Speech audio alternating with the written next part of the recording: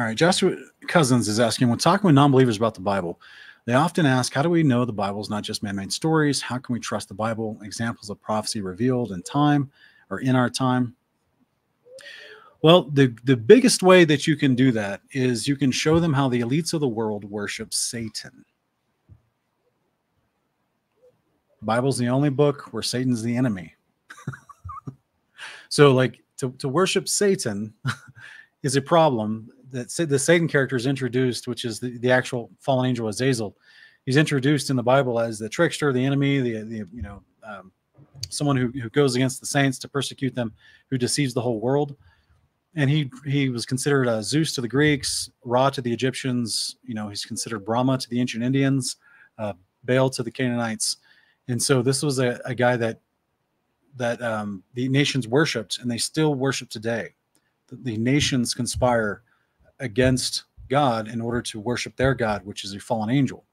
So that's like the biggest. I mean, we've done videos on the statue of Molech in the UN meditation room.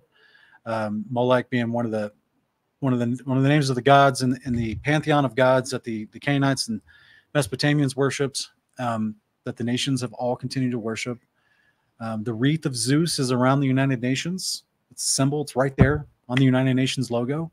That's the crown of Zeus from ancient Greece, which the Hebrews would have referred to him as actual Satan.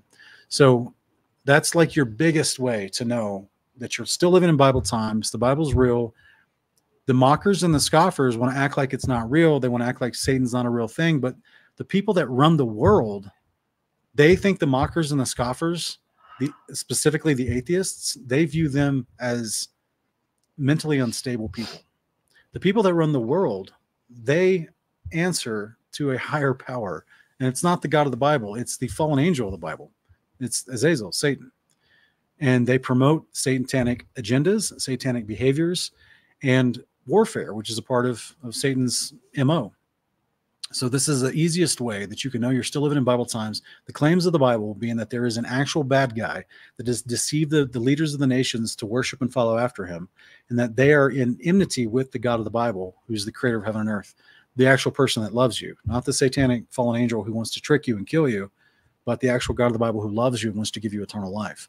So this is the biggest, easiest way. But if you want to go into there's like thousands of detailed prophecies that you can go into as far as, trying to figure out what's come true and look into archaeology. And you can start to see that all the historical claims of the scriptures are validated with archaeology by the dozens and hundreds and dozens. Like you just have to do your research, brother. I'm not sure if you're young in the faith or not, but that's, you have to do your research on how archaeological information has validated the claims of the history of the Bible and the prophecies that have already come true throughout the Old Testament time period, even up until the days of Christ. There's a ton of written, documented history on this. So go ahead, sweetie. I want to encourage you to get this book. Oh, of course, it's backwards. It's Evidence That Demands a Verdict by Josh McDowell. That's the first book that I stumbled upon when I came to the faith. And it is phenomenal as far as breaking down biblical archaeology finds, things that put it back up now. I fixed the camera. Things that prove stories of the Bible are actual truth, actual history. This is and this is volume 1, so I'm sure there are probably other volumes. I just didn't need anything after this one. I would definitely encourage you to read that book.